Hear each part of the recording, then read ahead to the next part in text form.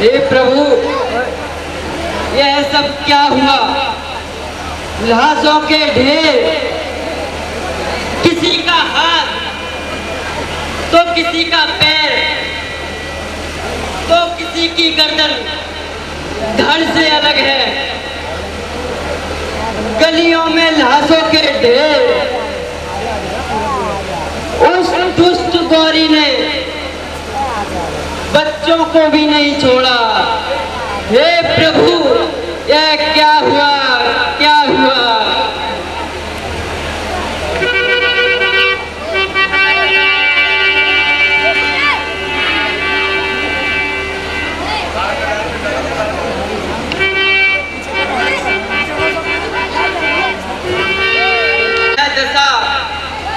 मृतकों की लाशों को जिस नोच नोच कर खा रहे हैं, जिस वीर चौहान ने विदेशी यवनराज को 16 बार बंदी करके क्षमा याचना से छोड़ दिया हो, उन्हीं वीर चौहान के साथ एक बार विजय पाकर दुष्ट की यह नीचता।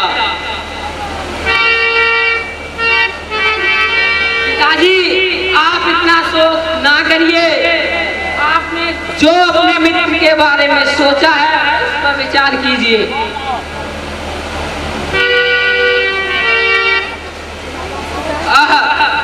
बेटा, क्या मित्र चले गए? उन्हें यवनराज लेकर चला गया। यदि ऐसा है तो मैं यहाँ रहकर क्या ही करूँगा?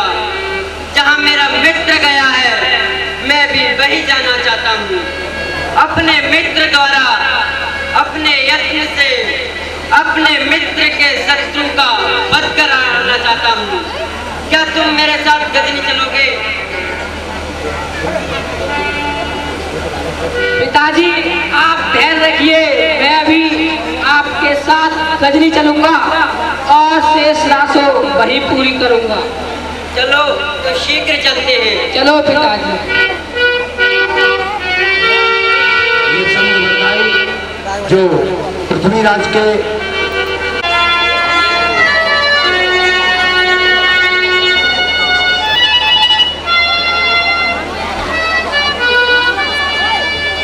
सैनिकों, चलो महाराज।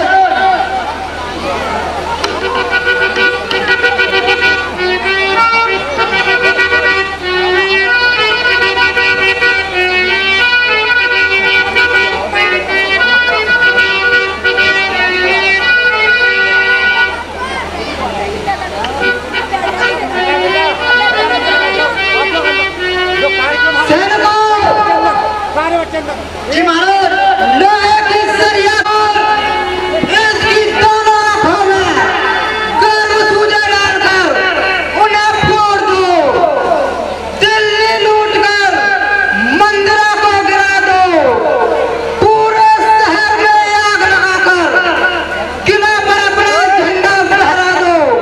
अरे बजाओ बजाओ, स्वतः का डंका बजाओ।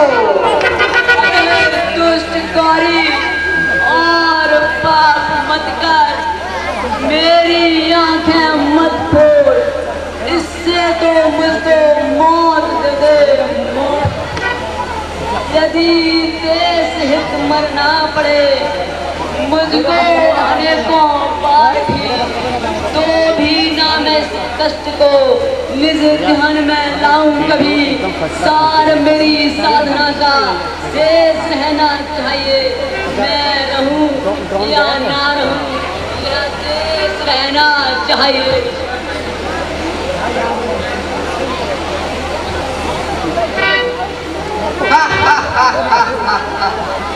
अरे जहान, नहीं तू रहेगा, नहीं तेरा देश रहेगा। अब तो तेरी मौत ही तुझे रह रहकर काटेगी। जला दो, फोड़ दो इसकी आंखें।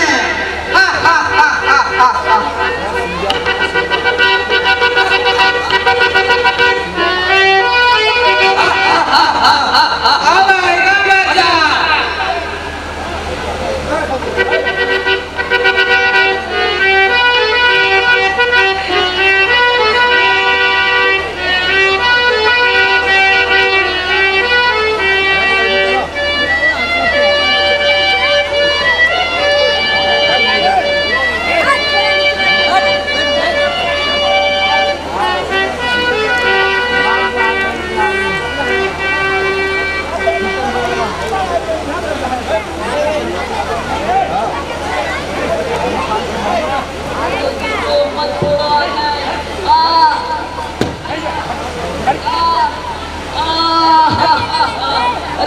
ये क्या कर दिया?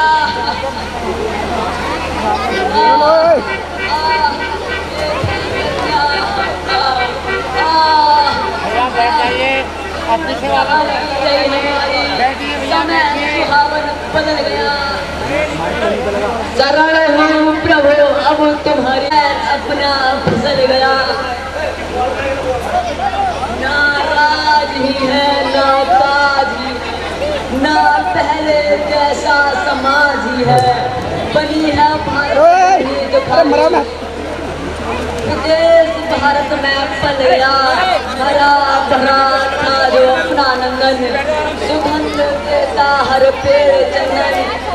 वहाँ भगवती पवन दुखाई, यशस्वी सूरज भी ढल गया है।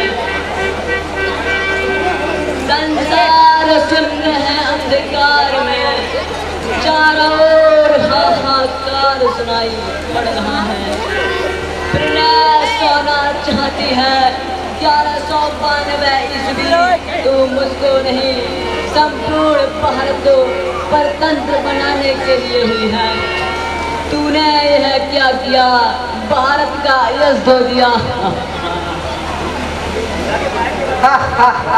सैनिकों, जी सरकार। चलो दरबार में चलते। चलो।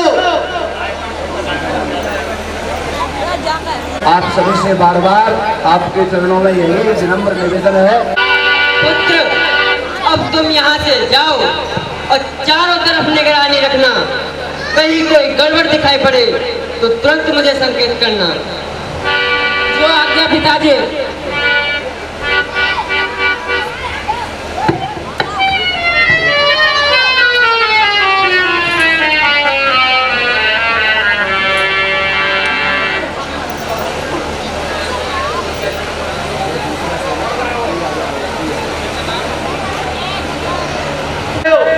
अपना परिचय दो।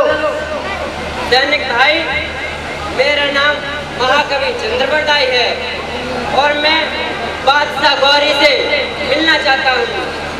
ठीक है, मैं पूछ के आता हूँ, वहीं खड़े रहना।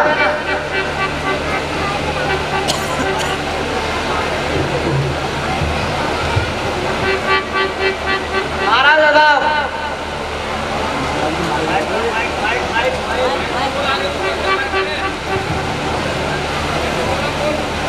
आओ सैनिक आओ, बताओ क्या बात है। महाराज दरबार में महाचंद्र कवि आपसे मिलने आए हैं। क्या महाकवि चंद्र हमसे मिलने आए हैं? ठीक है, उन्हें अंदर बुलाओ। ठीक है महाराज।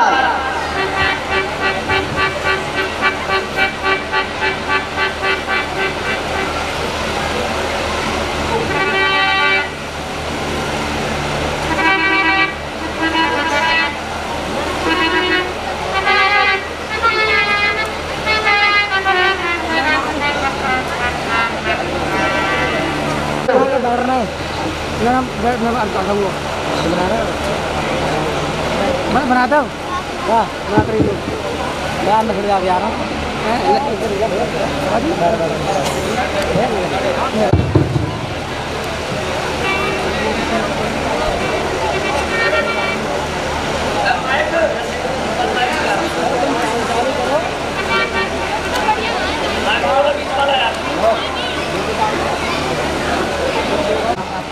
ठीक है, जरूर मिलना अपने मित्र पृथ्वीराज चौहान से। आपकी आज्ञा है, जेल से जाकर मिल लो। महाराज।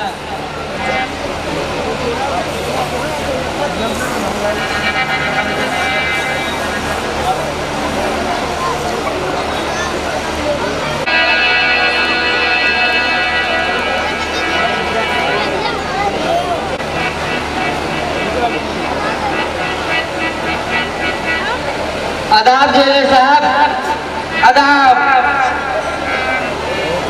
जेलर साहब, कहो कैसे आना हुआ? यह मोहम्मद गौरी महाराज का फरमान है।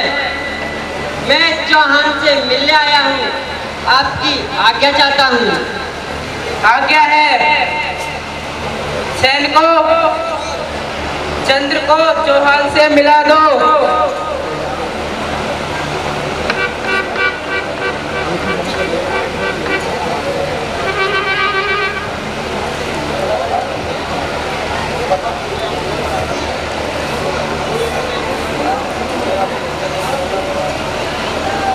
चलो महाराज से मिलाते हैं।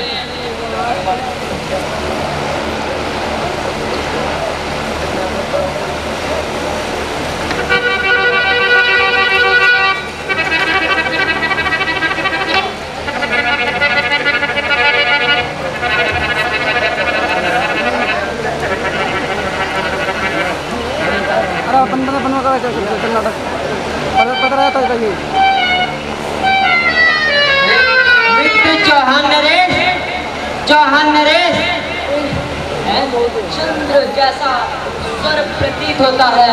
चंद्र तुम यहाँ कैसे? क्या तुम भी गौरी के बंदी बनकर यहाँ आए हो? नहीं, हाहुली राय के घर से मुक्त होने पर चंद्र को आपके दर्शनार्थ गौरी की कारागार में आना पड़ा। दिल्ली नरेश, मैं गौरी आज्ञा अनुसार आप ले आया हूँ। आपकी यह दशा जिस शरीर से सौर पसीना बनकर बहा करता था, आज उसको शक्तिहीन देख रहा हूँ। यह निर्दयता का है शत्रु व्यवहार। चंद्र, यदि तुम इस पशु व्यवहार को देखते तो स्वयं कांप जाते। तुम्हारी वीर लेखनी भी चलने में असमर्थ हो जाती। ना जाने माता वसुंधरा का मन इतना कठोर क्यों बन गया। माता पृथ्वी आज पिशाचिनी क्यों बन गई? क्यों? आपके बंदी होते ही भारत माँ बंदी बनकर रसातल जाने में असमर्थ है महाराज। मत क्या उन क्षणों के अनर्थ को तुम सुनना चाहते हो? यदि इच्छा है तो सुनो। सुनाओ मित्र, मैं सुनने के लिए ही तो आया हूँ। गौरी के कारागार की वह भयंकर काली रातें मुझको भक्षण करने को हुई हैं। हाथों में 4 मसाले, 4 पैदल दैत्य इसी कारागार में बड़ी क्रूरता के साथ आए। 5वें के हाथ में गरम सूजा थे, जिसने निर्दयता से मुझसे कहा, कैदी यही सूजा तुम्हारी आंखों को सदैव के लिए बंद करेगा। इतनी पसूदा महाराज। गरम सूजा मेरी दोनों आंखों में बारी बारी से ठूसा गया। बस करिए महाराज, चंद्र आगे सुनने में असमर्थ है। जिन आंखों ने क्रूर दृष्टि से कितने ही राजाओं का निस्तेज किया हो, हाय आज उन आंखों की यह दशा। मत कहो महाराज, एक कैदी कहो कैदी। सौंदर्य उपासक तो यह आवश्यक था। ऐसा ना कहिए दिल्ली नरेश, जिसकी शब्द वेदी बाण की प्रशंसा सारे देश में विख्यात हो, वह कलंकित नहीं हो सकता। अब शब्द भेद में क्या लाभ क्या होता है। आज वह भी गौरी के हाथों बंदी बन चुका है। वह तो अब भी मैं गौरी से आपके हाथों में दिला सकता हूँ। क्या तुम उसे चला सकोगे? अपने शत्रु के शब्द पर उसका आघात कर सकोगे महाराज? क्यों नहीं, फिर एक बार शब्द भेदी धनुष इन कांपते हाथों में आने पर संपूर्ण विश्व का संहार करने की शक्ति रखता हूँ। ठीक है, मैं आज ही गौरी के पास जाकर आपकी पिता की प्रशंसा करूंगा। प्रातः आपको उस नीच की सभा में बुलवाऊंगा। उसके स्वर पर शब्द भेदी बाण मारकर उसका प्राणांत कर देना और भारत माँ का यश अमर करके दोनों मित्र कटारों के आधार पर से अमृत पद ग्रहण करेंगे। तो तुम मेरा धनुष दिला सकोगे चंद्र? अवश्य।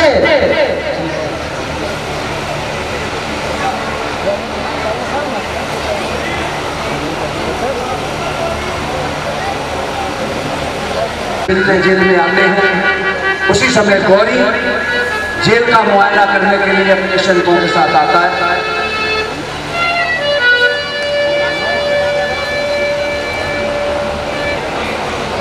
कैदी से मुलाकात कर चुका चंद्र, यह वही कैदी है जिसको सारा हिंदुस्तान तीरंदाज कहा करता था। आज उसी की आंखों में तीर नहीं सूजा घुस गए हैं। सुल्तान, इनका तीर आवाज को भेजने की अब भी ताकत रखता है। लेकिन अब तो अंधा है। आवाज पर तीर मारने में आंखों की जरूरत नहीं होती आली साहब। क्या सच? बिल्कुल सच। ठीक है, तो कल इस अंधा तीरंदाज का तीरंदाजी का इम्तिहान सरे दरबार किया जाएगा। लेकिन दूसरी कमानों पर यह हुनर दिखाने में असमर्थ है। थोड़ी देर के लिए इन्हें वही कमान मिलना चाहिए। ठीक है, दी जाएगी चंद, वक्त हो गया। कल दरबार में सुबह तमाशा होगा। चलो सैनिको, चलो।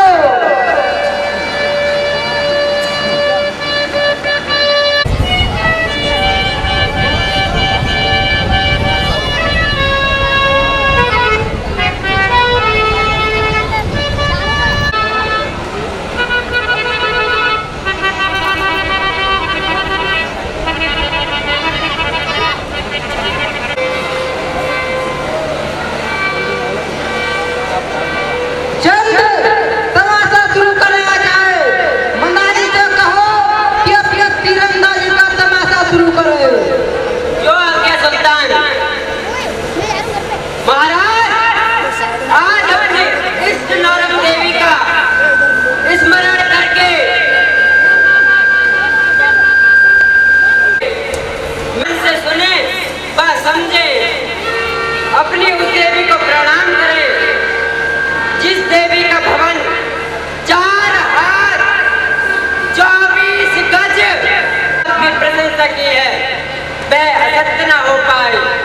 आपके सामने लोहे के तवा पर सप्तवेदी बाण पहुंच जाए, जिसे देखकर आज सारा विश्व दंग रह जाए। महाराज, मैंने आपसे विनती की थी कि इन्हीं का वही कमान लाया जाए और इन्हें बेड़ियों से मुक्त कर दिया जाए। आज्ञा है सैनिको, इनकी पहली कमान दी जाए और इनको बेड़िया से मुक्त किया जाए।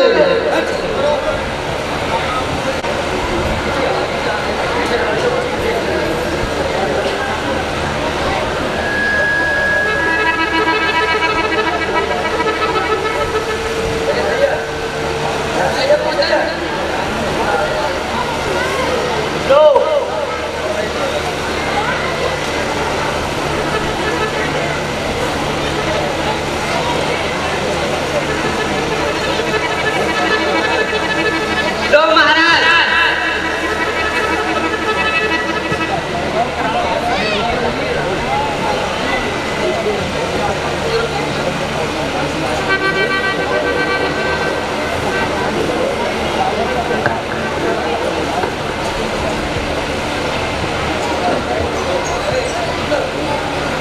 मैं जिस बात को कहने जा रहा हूँ उसे ध्यान से फिर सुनिए और समझिए।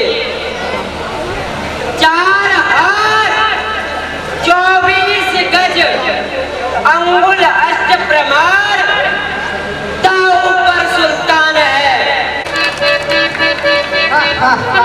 मंदारी, छोड़ो तीर। जो गौरी दरबार है।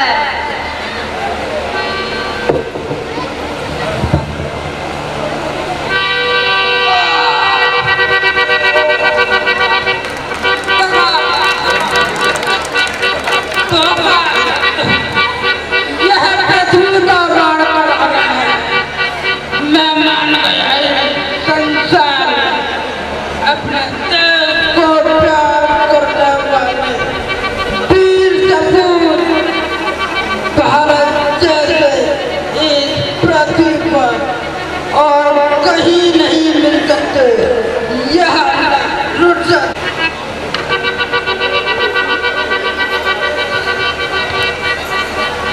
सैनिकों पकड़ लो इनको, ये भागने ना पाए।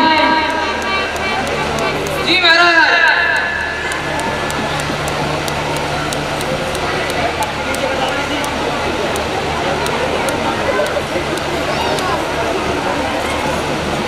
दिल्ली नरेश आपका कलंक भूल गया और आपका यश आसमान के समान निर्मल हो गया और मित्र मेरा धर्म और कर्म भी पूरा हो गया। ये लो कटार और परस्पर करो बात। चंद्र पहले तुम मुझे मारो। नहीं महाराज, पहले आप